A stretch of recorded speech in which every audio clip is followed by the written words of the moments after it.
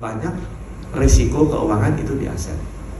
Misalnya kredit macet, kemudian beli rumah macet, beli saham, itu semuanya adanya di aset. Kalau bankir kalau mengasih persetujuan, itu persetujuan kan ada risiko mesti persetujuan kan. Itu kredit biasanya ada di aset. Kartu kredit rumah, itu mesti persetujuan, itu semuanya ada di aset.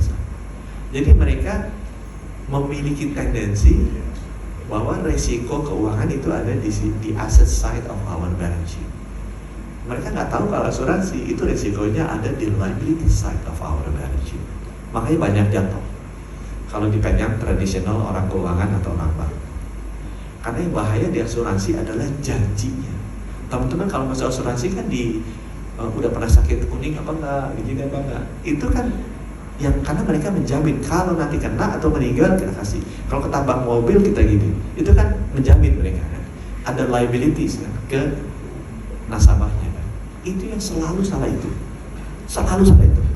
Kita janji sebagai suami akan mengasih istri rumah mewah di Kebayoran, udah pasti salah itu, gitu kan, cerai udah pasti. Karena nggak mungkin dapat gitu kan. Nah itu kejadian di perusahaan asuransi. Dia janji ada produk ini, kita akan janji nanti habis 50 tahun semua pegawai negeri akan dapat cash 100 juta. Dia janji kan, populer, dipilih jadi presiden. Nanti presiden berikutnya bingung dia, gimana benerin janjinya tuh 100 juta. Karena bohong, nggak cukup semua asetnya untuk ngisi. That risk will happen in this country. Aku sih terbuka aja. Kenapa? Karena ini pertumbuhan biaya kesehatan per kapita di seluruh negara kecuali India itu lebih tinggi dari pertumbuhan income per kapita. Karena kesehatan itu sangat emosional, sangat emosional. Ini bahasa gampangnya Pak. Kita suami istri, istrinya minta ke suaminya tiap tahun naik uang belanja naik 15%. Padahal gaji pegawai negeri naik cuma 5%. Nah, ini kejadian kayak gini. Pasti nggak sustain. Sebesar apapun gaji suami lebih tinggi, suatu saat akan nggak kerja. Begitu kerja, opsinya dua, lu korupsi, lu cerai. Karena nggak bisa membiayai istrinya, atau korupsi. Nah itu kejadian. Nah saya udah ngeliat BPJS structurally itu penjaminannya terlampau tinggi. Karena dulu dia awalnya udah segini. Gak akan mampu ini kalau dilepas. Ya sekarang bisa ditahan-tahan. Harusnya 100 rumah sakit yang bisa segini. Udah 20 rumah sakit aja deh. Cuma kan artinya kan universal health coverage-nya gak sampai.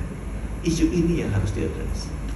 Jangan sampai penjaminan kita over promise sesuatu yang tidak sustainable pada sini. BPJS harus cover seluruh rakyat Indonesia. Itu setuju, gak ada bedanya.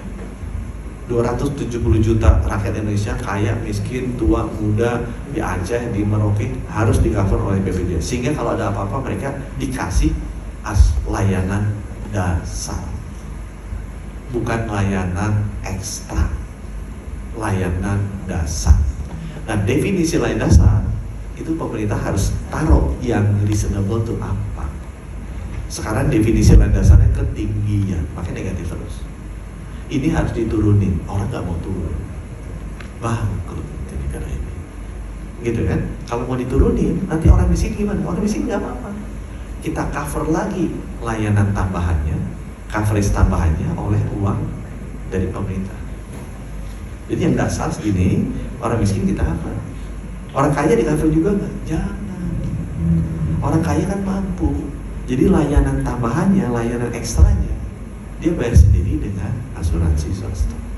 Pak nanti kalau dia jatuh miskin, itu sebabnya harus beli asuransi swasta. Karena asuransi swasta sama asuransi BPJS sama.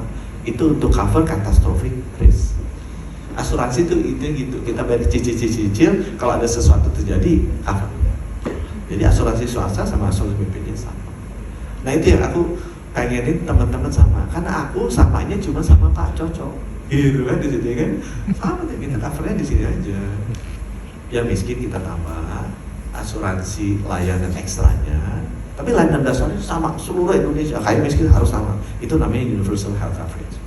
Nah ini bisa naik, bisa naik. Kalau kemampuan Indonesia keuangannya bagus, negara makin banyak naik nih. Layanan dasarnya definisinya naik lagi. Tapi nggak bisa langsung pasang segini, nggak kuat. Ya bisa pasang gini buat orang miskin bisa bayarin, tapi orang kaya ya bayar sendiri. Layanan dasarnya orang kaya dapat nggak? Dapat gitu. Yang orang-orang suka sama. Aku mau punya gitu. Gitu ya. Nah kenapa? Karena ini tadi, kalau nggak akan kuat teman-teman. Aku kasih contoh cap berikutnya. Ini biar teman-teman nanti siapa tahu mau jadi masuk di FKM. Ini urusan FKM itu membiayai kesehatan. Ini industri yang sangat tidak transparan kesehatan itu.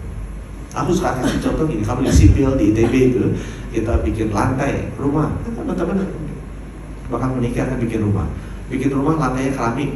Saya mau lantainya parket, kayak di UGM bagus nih lantainya parket. Tahu tuh harganya berapa bedanya per meter persegi. Oh saya mau kayak di kantornya Pak Jody lantainya marmer gitu kan, rektor DKTK lantainya marmer, mau lebih mahal lagi, gak tahu lagi harganya per meter segitu. Because it's transparent. Kalau kesehatan nggak selalu transparan. Di luar BPJS juga transparan. Operasi usus buntu di puskesmas segini, operasi usus buntu di rumah sakit Cipto segini, operasi usus buntu di Pondok Indah segini. Bedanya bukan persentase, berapa kali beda.